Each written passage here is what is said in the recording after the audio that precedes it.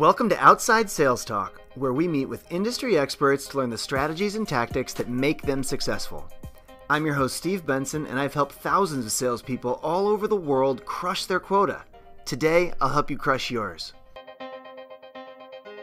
Welcome back to Outside Sales Talk. Today, we're learning about how to become hyper-connected in outside sales. I've got David Fisher here on the show to tell us all about it. He goes by D Fish. He's a sales expert, professional keynote speaker, and best-selling author. Wrote the book Hyper-Connected Selling, Winning Business Through Personal Influence and Human Connection. Welcome to the show, D Fish. Thank you for having me. I'm excited to be here. So first, let's jump into it. What is hyper-connected selling? Well, I wrote a whole book on it, so we can just have people read that. And then, That's the easy way. Yeah, it's the easy way. Hyper-connected selling, I'm really looking at a sales landscape where the abundance of information and the easy access to information has really put the control back in the hands of the buyer. And the way that we engage as sellers with our buyers, with our prospects, with our clients, has to change because of that. And so we have to figure out how to really bring value in a different way, as opposed to even just 10 or 20 years ago when it was really just about pounding the phones, knocking on doors, just getting in front of people to get sales. Not that selling is easier or harder now. It's just different. Yeah, I couldn't agree more. So how can outside salespeople use hyper-connected selling? Well, so one of the things that I really look at in hyper-connected selling is this idea of being a sales Sherpa. And I mentioned before that information is now in the hands of our buyers. So it used to be that as sellers, and definitely as outside sellers, we were really excited to stop by and drop off the brochure, right? Or, here's the new specs on the new line or whatever it might be. And the reality is our customers have that. They can go to their phone even, pull up a blog, pull up a website, a white paper. They have that information. What our role really is, I feel, in the sales process now is to, as I said, be a sales Sherpa, be a guide that helps the prospective client or even existing client make better decisions by processing all of that information more easily, more effectively, more efficiently, so that they can solve the pain that they're in, right? So it's not about dropping off the brochure. It's going, hey, I know you have all this information. Let me help you make a better buying decision, because you might not be an expert in buying this product, this service, but I am. Let me help you. Does that make sense? Yeah, absolutely. Okay. Absolutely. Well, I know from your book, a part of that is being assertive versus aggressive as a salesperson. Can you explain the difference between being an assertive salesperson and an aggressive salesperson? Yeah. And this is, I think, really interesting, because we're seeing maybe there's always been a backlash against salespeople, right? About being pushy and aggressive. And, there's this kind of stigma attached to it. I think we're finally getting to the point where people are really just fed up, right? With salespeople and that aggressiveness. When you look back 10, 20, 30 years ago, to be successful in sales, it actually did require being aggressive. It was a full contact sport, right?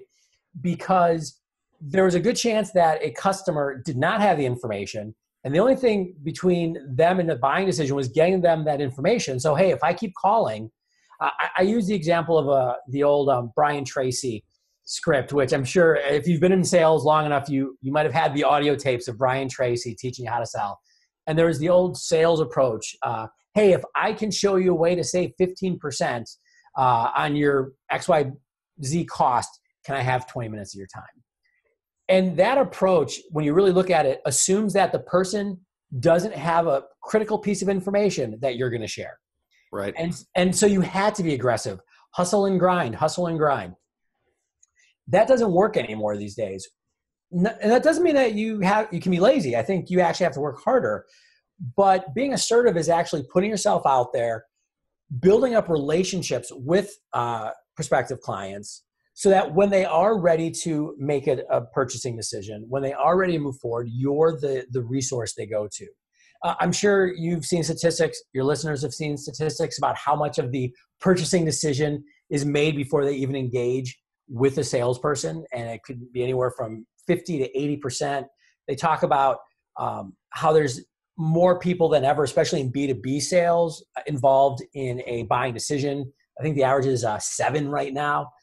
So to think that the only thing you need to do to be successful is just knock on the right door at the right time, you're trying to get lucky. Instead, you can be assertive, which is I'm going to continue to build a relationship. I've got confidence in my product, my service, myself, my ability to provide value, and I'm going to position myself as the go-to resource, as the expert, so that when they are ready to really move from maybe the research portion of their buying decision into the, hey, let's talk to some salespeople, you're the person that they actually, that they reach out to, that they trust. That makes a ton of sense. How do you recommend that outside salespeople do that? How do they position themselves as the go-to resource for their customers? Right. There's a lot of different ways to do it. I think this is where we really can look at the overlap of the offline relationship building and the online relationship building. I'm a huge fan of digital technology, things like LinkedIn or some of the other, and there's so many different sales tools available. I think it's using a lot of the tools we have to create more points of contact with our prospects, with our customers, with our sphere of influence. And it depends a little bit on the industry you're in, of course, but looking at not only starting the conversation, because I think this is what salespeople do really well. They reach out to people, they're at a conference, they're just in an office park, whatever might be there, they start those conversations. It's about finding ways to continue the conversation long term. I personally think that transactional sales is going away, not because transactions are going away, but if what you're selling is truly transactional, I can get a bot to do it better, right? If I can outsource what you sell, I mean, there's no TV salesman really anymore. Why? Because I can buy a TV on Amazon and get all the information I need, make a pretty good purchasing decision. But most of us sell a product or service that has some complexity, some nuance to it. And so those are going to be about relationships and about trust. And so anything you can do to create that trust between you and your prospect, again, whether it's offline, having human face-to-face interactions, using tools like LinkedIn or Twitter or any social media platform, using drip campaigns, if you have marketing automation, but really using those to just stay in front of your customers, provide them insights as opposed to information. And what I mean by insights is here's ways to interpret the information you have that will help you make a better decision. And if you do that over and over again, that's how you stay on their radar. That's how you become that go-to person. And it's tough because a lot of us, especially in outside sales, we like to have that direct feedback, right? I did X, I got Y back. A lot of this is seed planting, it's cultivation. It's again, building the relationship, building that know, like, and trust, that old school concept, which is still so valuable. We just have some new contexts and some new venues with which we can build that know, like, and trust. You talk a lot about H2H selling. What is H2H selling, and why should outside salespeople embrace it? So H2H, human to human sales. And I have no idea where I first ran across that. So many of us are talking about it these days. I don't know who coined that term. But, we think about B2C sales and we think about B2B sales. I got my start in outside sales sitting across the kitchen table from Mr. and Mrs. Jones. I was a knife salesman to pay my way through school. And you're like, well, that's B2C. But the reality is the decisions and the decision-making process that people go through, doesn't matter if you're selling a set of kitchen knives, if you're selling industrial parts for a factory, if you're selling med tech, it really is about being able to address that human being, address their needs, address their personal pain points to help move the conversation forward. And I think that's something that's not really talked about a lot these days because of technology, right? If you look at kind of the chatter out there in the sales world. It's all about AI and CRM and marketing automation and, drip campaigns and all of these really amazing tools. Like, technology is so important to be successful in sales right now. But what I think we forget is all of that technology will eventually get you in front of somebody where you have a conversation with them. If you can't win that conversation, if you can't engage somebody on a human level, everything up to that point has been for naught, right? So that's what I mean by really focusing on that human to human aspect. And I think moving forward, as technology does even take some of the more routine tasks of the sales role away, our value as salespeople, not just for our prospects and customers, but for our employers, for our companies, is to bring in these human-to-human elements that can't be replicated by technology. Empathy, trust building, rapport building, creativity and solution design. The old school idea of consultative selling, I don't think has gone away. I think it's more important than ever. So that's what I mean by H to H sales. Well, maybe we should dive in there a little bit. Let's talk a bit about how a salesperson can develop those key skills that make up H to H sales. Like how can a salesperson develop their first, what did you say? Empathy. What were those? Those were empathy, trust building, rapport building, relationship building, creativity, critical thinking. It's really interesting. At the end of 2018, LinkedIn put out an emerging jobs report, right, where they went through all of their data, and they're like, here's the most opportunities for hiring, meaning employers are looking for these kinds of people, and here's the skills they're looking for. Out of the top 10 types of jobs, 6 of the 10 could be construed as some sort of sales job, right? So sales jobs aren't going away. Right. And I think it was 6 or 7 of the top 10 sales skills were not technical skills. They were, and I hate the term soft skills, but they were communication, collaboration, leadership, they weren't coding. They weren't how to develop an engineering solution. They were how to deal with people. And so I think the first way you develop these skills is you value them, right? You not only for the individual producer. So if you're out there, if you're right now driving around in your car, like, you have to understand that your ability to connect with your prospects and clients is a differentiator, right? It's going to keep you employed. And also, if you're in sales leadership, if you're in training, managing, hiring salespeople, it's not just about looking at, do they have some technical skills? It's, can we put them in front of our prospects and customers? Can they actually engage the right way and move relationships forward? So I think that shift in and of itself is a big one, right? And we used to even just go, hey, all I want is an aggressive guy who can knock on a bunch of doors and take the rejection and just keep going forward. That's not unimportant, right? We're still going to face rejection. We still have to be able to ask for the business. We have to do those things that can be challenging emotionally.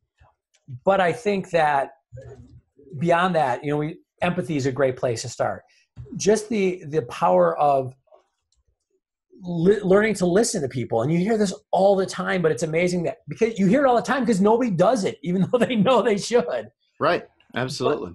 But in my career, I mean, it's amazing as a sales manager how many times I've watched salespeople not get sales because the prospect is telling them, this is what I want. You, if you can do this, I will buy.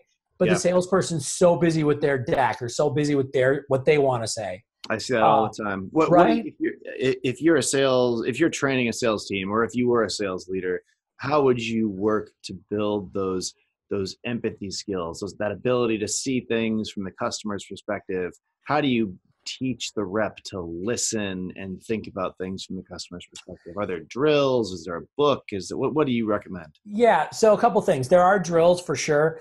I think what's really powerful, if the sales manager or sales coach can't be there, to actually debrief after no sales, especially, or some negative outcome. And to, instead of just going, well, why did they not move forward, really diving into getting an answer, because most salespeople say, well, I don't know. If you say, no, you have to come to me with the reason why, It's a little exercise, but it's really powerful because then the salesperson is looking for those signals. They're looking for those cues. Yeah, And maybe I love to ask reps on my team. Well, if something doesn't go right, well, or even if things just haven't gone right yet, a sales cycle's still on. I love to ask why. What does the customer? What do you think the customer really wants? And if they haven't gotten us yet, or if they're not going to get us, what did they want? What was the business driver? What was the need? Why were they talking to us? Yeah. Empathy at its core is just being able to understand the point of view of another person. It's not sympathy. It's not being like, I have to agree with them or feel their pain or anything like that. Mm-hmm. But it's really just going, I understand the world from their perspective. So that question is awesome. Yeah. And so even just coaching people and asking that follow-up, it forces sales reps to start looking for that. I'm trying to say three things at once. A couple of good exercises.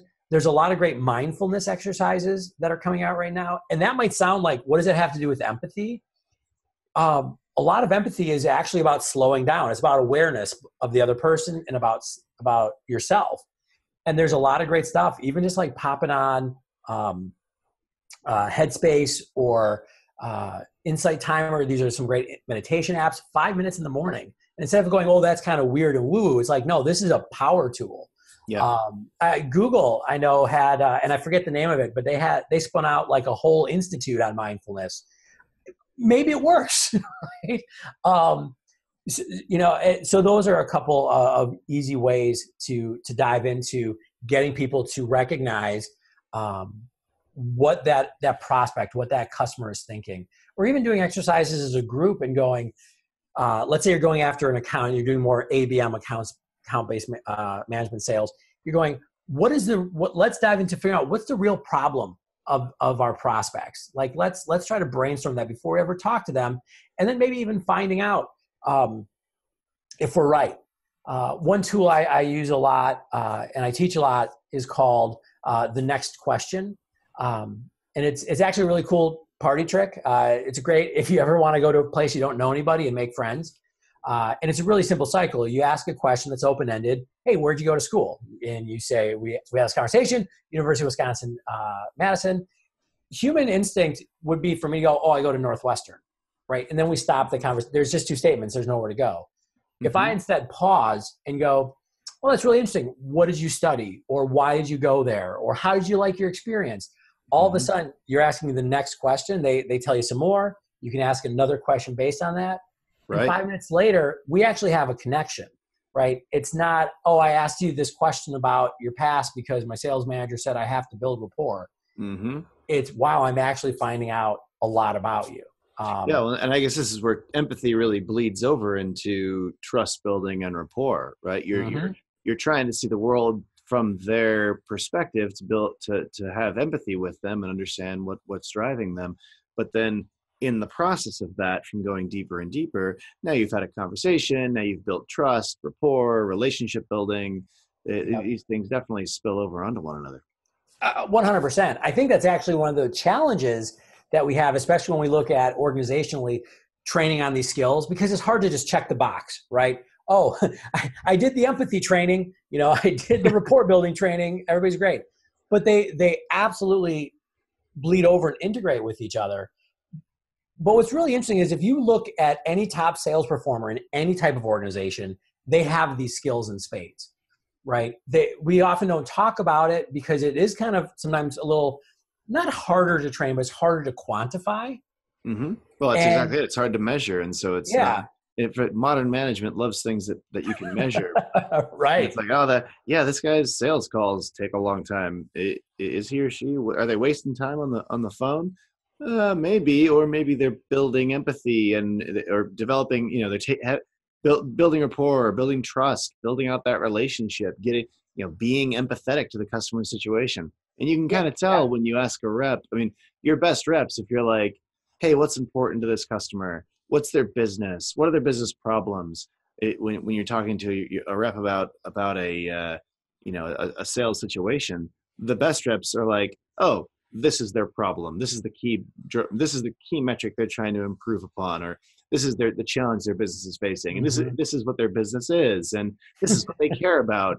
And your worst rep's like, I don't know, I told them about our product. Like, Well, and what the best salespeople do is they answer all of those things, but then they also can say, their boss is really breathing down their neck. They're actually worried about their job, or one of their peers made a decision and got canned. So I know they're going to be afraid to move off the status quo. It's not even just these superficial answers they're getting, which are valuable, but it's really that's when you talk about empathy and go, oh, I know why this person is really going to make a decision one way or the other. And that the ability to get that information, again, it's hard to quantify sometimes, but it's super, super valuable. And we were even talking about some of the other ones, rapport building, obviously, trust, creativity, which is this topic I love talking about in sales, because salespeople don't think of themselves as creative people, because we think creative is an artist, a musician. Sure. But really, because customers have such access to information, but that doesn't mean that they're better decision makers. In fact, the research shows that the more information you have on a decision, the worse decision you'll probably make. Is that true? 100%. That's fantastic. It's fascinating. I unfortunately don't have the studies at my fingertips. One of the ones that we've actually all experienced, and we would know this, think about a really a busy day at the office. We've had to do some really kind of high level cognition. And you go home and your significant other, your spouse, whatever, it's like, what do you want for dinner? And you're like, I don't know. I don't care. I can't make that decision.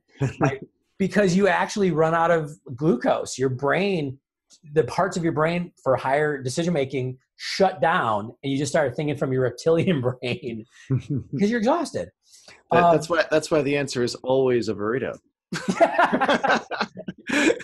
When in doubt, you can't go wrong with tacos, right? Absolutely. Every time. Mexican food wins. What do you want to eat? Mexican food. Why are you even asking? Right. I like that method. It's like Einstein. I'm going to wear the same clothes every day so I don't have to waste brain power on it. I love it. I'm going to tell my wife, tacos from here on out. I'll tell you how that works. If you want to know my opinion is tacos. But yeah, so our customers are overwhelmed. They have so many responsibilities. So if we can go in there and not just say, here's my product, buy it. It's not only uncovering their challenges, asking great questions, building rapport, everything we just talked about, but then, hey, I was talking to this other customer, I sell med tech. I was talking to this other doctors group, and they actually used the product this way, and it helped with this kind of patients. And hey, this is how they financed it, and got into budget, right? Some of these, that sort of critical thinking, creative skill using, that's how you sell, right? Mm-hmm. That's how you get business to happen. If not, you're just hoping to get lucky. And as I said earlier, I think we got to move away from that. We actually have to be people that provide value, a completely overused term. But for me, value is helping people make the better decisions that will allow them to solve the challenges they have. Yeah, value is often created or created. It wasn't there before. You gave people knowledge or information, and now they execute on it, and value is created. It wasn't one of the chapters in your books, like salespeople are creators. Yeah, and I think, as I mentioned earlier, a lot of times people say, "Oh, creativity is just the realm of artists and whatnot." But if you think about what sales do, one of my favorite quotes is nothing happens until something gets sold. Mm-hmm. Right? I mean, it's what we tell ourselves to feel important, when we're salespeople and we've just gotten, beat down with a bunch of rejection.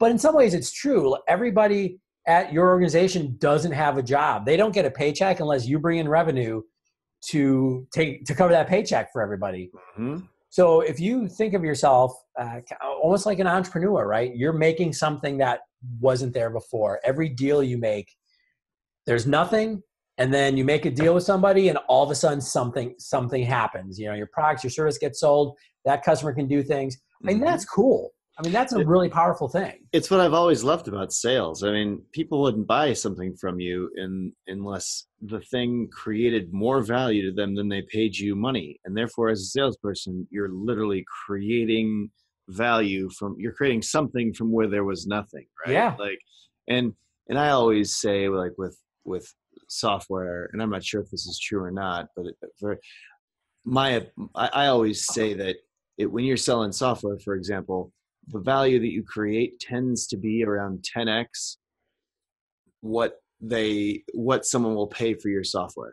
So like if someone's going to pay you $5,000 a year for a piece of software, then you really are probably going to create like 50 grand a year in value for their business. Right. Because at the time of purchase, they had to think that it was going to be worth their time to get off the couch and do something. They had to think that it was going to be worth at least 25 grand to them. So right. it had to be worth 5x more than it cost. And right. it ends up being 10x because usually when people buy software, they don't understand everything it does, or like they underestimate, but I don't know if that's a rule in software or just what I've seen over and over again throughout my career.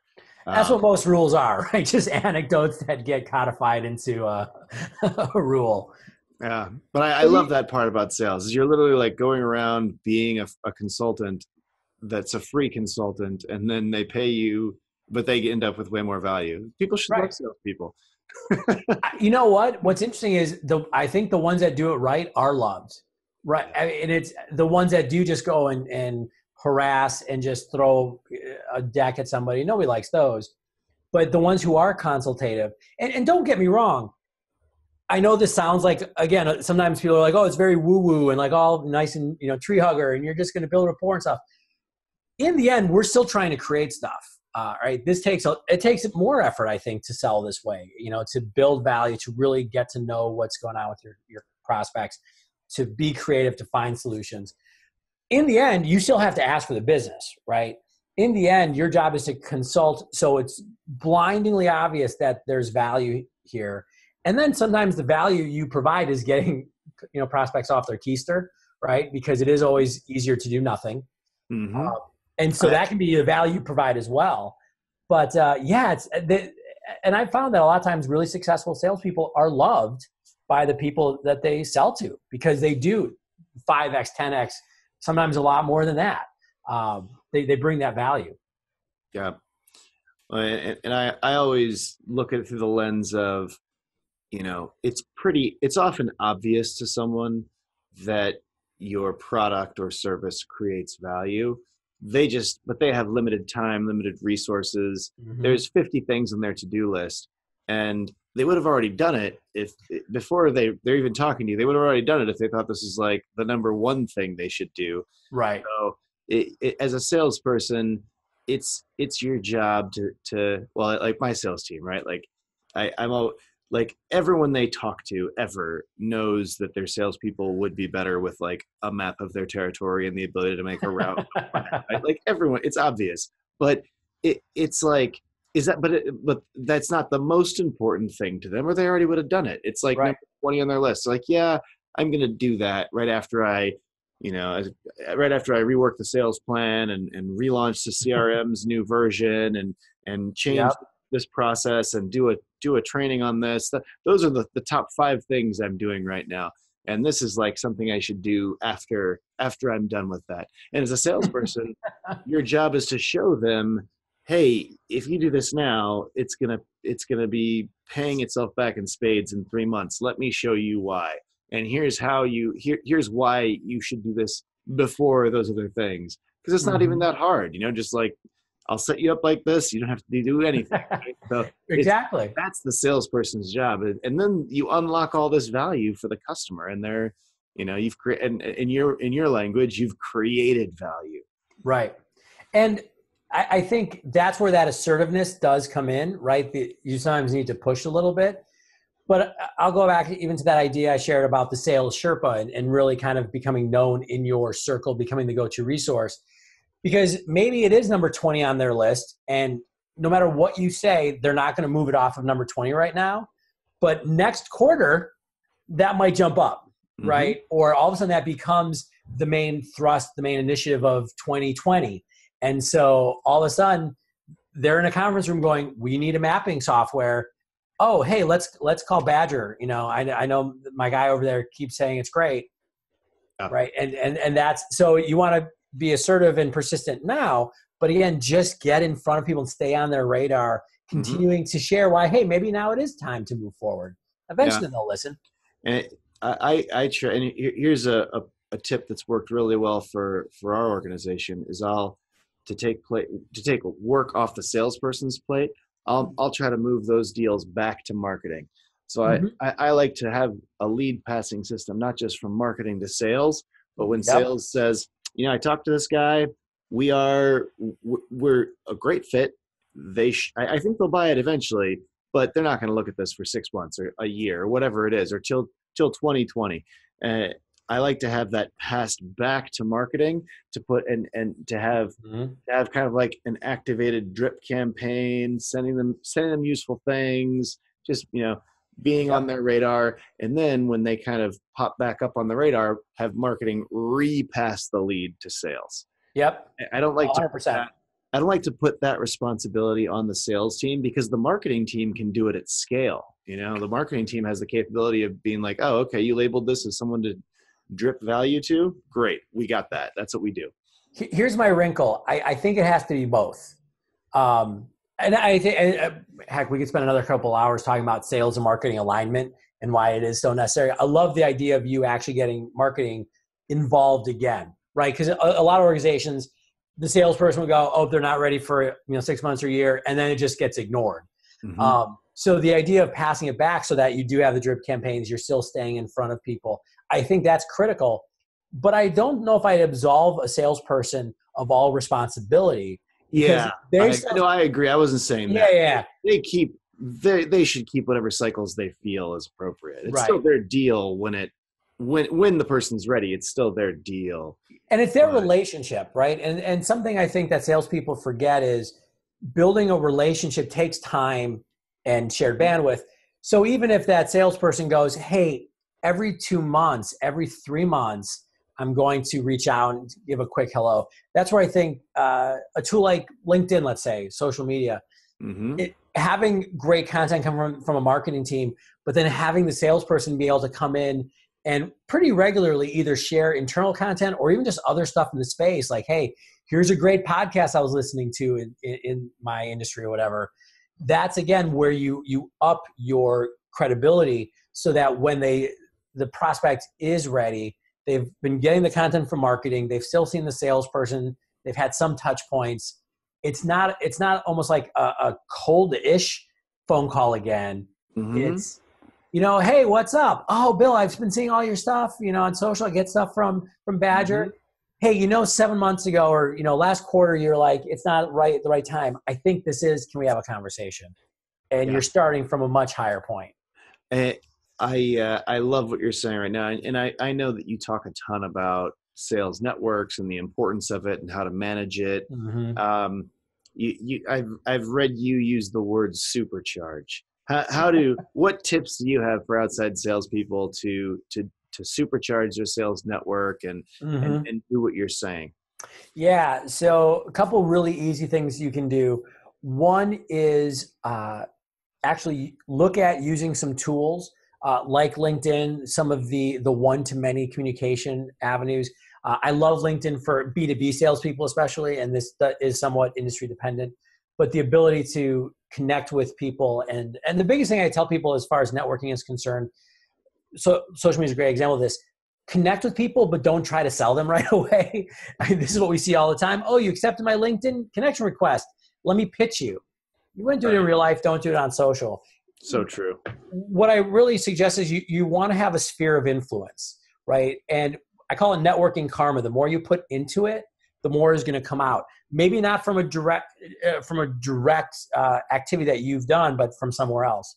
So I think that's a big part of it. The second thing I do suggest is that you plant seeds every week.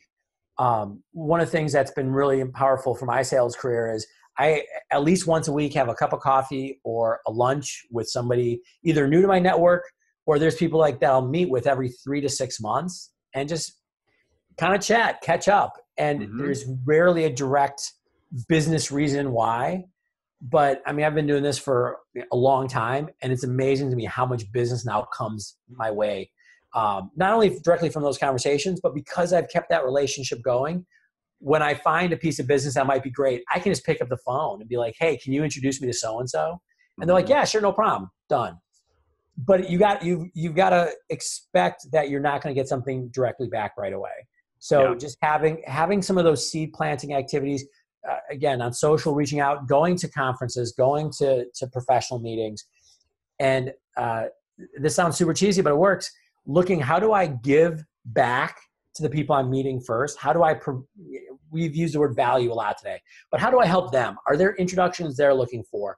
Are there resources I can suggest to them? Can I just listen? We forget about the power of just sharing time with another human being. Such a powerful thing. But look to do that first, right? Look to give, and then look for ways you can get. So those are just a couple easy ways that, this week, if you start doing some social media activity, even just 10 minutes a day, sharing what marketing's creating for you already, and then, have one lunch or coffee a week, and then find one way to support somebody else just out of the goodness of your heart. You start doing that, some really good things will come your way. Such great advice. Well, the next thing I'd like to do in the show here is do what I call sales in 60 seconds, where I ask shorter questions with shorter answers. I'll try. So tell me, what are the most important skills or characteristics an outside salesperson should have? We talked about a lot of these already, but the old school ideas of resiliency are important, persistence. I think being other-centered is critical, and that's where you tie together all that rapport building, empathy, relationship building, trust. Care about the people that you work with, and you'll be successful. And work. There's no secret to success. Anybody who's telling you there's a secret is trying to sell you something. If you show up, you do the right stuff, and you do it over and over again, and you put the effort and time in. I had a mentor tell me, don't learn the tricks of the trade, just learn the trade. That's it. I mean, I wish I had something super sexy to say, but nope, just do the work. Yeah. I've found that overnight success only takes about 15 years. Right. So, what should salespeople do when they experience a setback? Punch a wall, yell at the universe for its unfairness. A very powerful thing that I've learned to do over my career is, I actually have a pretty consistent meditation practice. We were talking about mindfulness before, but finding some way to create self-awareness of what really is happening in that space. Meditation works for me. There's a lot of different ways of going about this, whether it's talking to a sales manager, talking to another person. But the biggest thing I think you can do is get real perspective on what that setback is. As humans, we're wired to think setbacks. Our physiology is wired to think it's like really important. We get the fight or flight. Somebody says no to us, and like all of a sudden adrenaline, and we're just freaked out. And like our lives are fine, right? We're not surgeons. We're not firefighters. Nobody died because of a bad day. And whatever tool you have to create that distance and that non-attachment, man, that's super powerful, as opposed to taking it personal, letting it affect and infect your emotions. That's no good. What are some don'ts when it comes to networking and sales? What are some things people shouldn't do? Don't look at people as a transaction. It can be really hard when you got a quota, you've got responsibilities, you're trying to hit sales numbers. The stereotype of the salesperson at the conference, at the networking event, passing out business cards, trying to get everybody's business card, move on to the next person, don't look over somebody's shoulder when you're having a conversation with them to see if there's somebody better to talk to or somebody new to talk to. I think that's a big don't. And I think the other thing is treat a human being, hopefully like you'd like to be treated as a human being. If you're going to reach out to somebody, start a conversation, don't pitch them in 2 seconds. And it's just ridiculous. And we see it all the time, and it never works. So even, don't just hammer people. It wastes a bunch of time and energy on your part as it is, and is rarely successful. So I think, and I guess the third thing, don't expect every activity to have a direct payoff, right? Sometimes they will, and that's great, but there's a lot of investing. I mean, if a farmer expected every seed he planted to be fully realized the next day, we'd all starve. Mm-hmm. So understand that a lot of the best long-term benefits are just that, long-term. What's the greatest sales lesson that you've learned over your career? The greatest sales lesson I learned is something we've touched on a couple times, which is the idea of listening and paying attention to other people. As I mentioned, I got my start selling knives in people's kitchens, and I was relatively successful when I first got started. Because I was a good talker, and everybody said, "Oh, you're a good talker. You'll be a good salesperson." And I kind of had a rougher patch, and my sales manager, my mentor, still a great friend to this day, went out on my appointment, watched me do a presentation. I didn't sell. Walked out and said, I would have sold to that customer. I'm like, oh no, why would you? He's like, you didn't pay attention to her at all. She gave you this signal, and he was absolutely right. This signal, this signal, this signal. You were just too busy saying what you wanted to say. And that was the day I'm like, okay, I've got to, and it took a while, but I learned to shut up, focus on the other person, and that's made all the difference. Yeah, I remember one of my early sales managers when we'd be on a phone call, and I would go to talk, and he would just hold his finger up. 1 minute, 1 minute. You listen. Good. It's hard when you're early, because you practice what to say. It's hard to really keep yourself in the mindset as I am here to listen.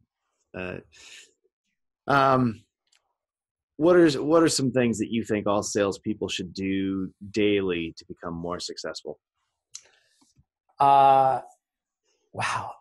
Great question. First of all, I think if you're in sales, you should be reading every day. It's an old school tip, but it super works. There's so much great information. All the stuff that I know, probably a lot of stuff we got from books, we got from other people. Read or listen to podcasts like you're doing right now, but have some learning component in every single day. You will not make more money than you're worth. And the way you change what you're worth is we are in a mental business, right? What you know has a real impact. I think that's really critical. This may sound strange. I think everybody have at least one good meal. And by good, I mean healthy. Our bodies are our engines. If you're not taking care of yourself, it's hard. I mean, definitely have tacos, have some beers. There's nothing wrong with that. But I learned that the hard way. I didn't take care of myself, and business suffered. I think, I said, if you can plant a seed every day in your relationships, whether that means starting a new one with somebody that might not have is not a prospect, or even just reaching out to somebody who's in your network, saying hi, pinging them, hey, I'm thinking about you, putting it out that good chi into the world. Makes the world a better place. I think we kind of need that right now. But again, whatever you put out into the world comes back to you. It's a very woo-woo thing, but man, I've seen it over and over and over again. So put good stuff out into the world. Karma. Yep. As a final takeaway, what should the field salespeople listening today do as a first step to get started on hyper-connected selling? Besides do everything we just talked about, right? Go back and listen to this. Go back and listen to this again. I think the really step, we talked about planting those seeds. I think it is to actually spend a few minutes writing down what you're good at and what your areas of opportunity are, right? So if you can even just have that initial level of self-awareness, that lets you know what to work on. Because I think a lot of people don't, just like your prospects don't know what they don't know, you as a sales rep, you as a sales leader probably don't know what you don't know. And if you need help, talk to a mentor, a manager, a peer, and say, what are my areas of opportunity? You might not think you talk a lot, and everybody else is like, holy cow, let me tell you how you steamroll people. But that is the first step today, because then every day moving forward, you'll know where to put some energy and how to improve your skills. Awesome advice. Well, in the interest of not having people have to rewind this and listen to it a second time, I'm going to attempt to summarize it for everyone that's in the car, etc. So in summary of everything we've learned from David Fisher today, Hyper-connected selling covers the current sales landscape. There is an abundance of information in the hands of the buyer, and that is a change from how things were. Outside salespeople, to respond to this, need to become sales Sherpas. They need to be a guide for prospects to help them make better buying decisions. In the past, sales required being aggressive because buyers didn't have all the information, and you need to be aggressive to get that information in front of them. Instead, today you want to be assertive, which is putting yourself out there and putting yourself forward so that you're top of mind when they're looking for someone to reach out to. Position yourself as the go-to resource. Use today's modern tools like social media, and with this you can create multiple points of contact that prospects can reach out to you, learn from you, and you can kind of drip knowledge and information to them to be that assertive Sherpa. Provide your prospects with insights instead of just information to create true value. A lot of this is seed planting, and it'll take time to build the trust that actually leads to a sale. Human-to-human selling is all about addressing people as human beings and addressing their needs. Bring in human connections that really you just can't replicate with technology. No matter how we try, we can't replicate human connections. And as a result, sales as a career path isn't going anywhere, at least in my opinion, and in David's as well. Develop human-to-human selling by valuing empathy and with mindfulness. Sales managers can work on debriefing sales reps after a sale that didn't go to plan or didn't go as according to what you had hoped, to understand where improvements could be made and develop those human-to-human selling skills like empathy. And even if your sales, not even with your sales manager, but even an individual rep can sit down, and if something didn't go the way they planned, they can ask themselves, what did that person really want? What was really driving them on a personal level, on an individual level, on a business level? Really empathize. Put yourself in their shoes. Customers are already so overwhelmed with so many buying decisions. And as a salesperson, you can create more value. You need to create more value than the amount a prospect will pay for your product or service. And that's how you get things done, by showing them how value will be created and really getting them to trust you and believe you around that. Lastly, outside salespeople can supercharge their network by using tools like LinkedIn. Using social media and other channels of communication is a great way to keep in contact and remain top of mind for your prospects and customers. David, I've really enjoyed all of this information and knowledge that you've bestowed upon us in this episode. Where can our listeners read more about your work? How do they reach out to you? What do you do in your day job that's useful or interesting to these guys?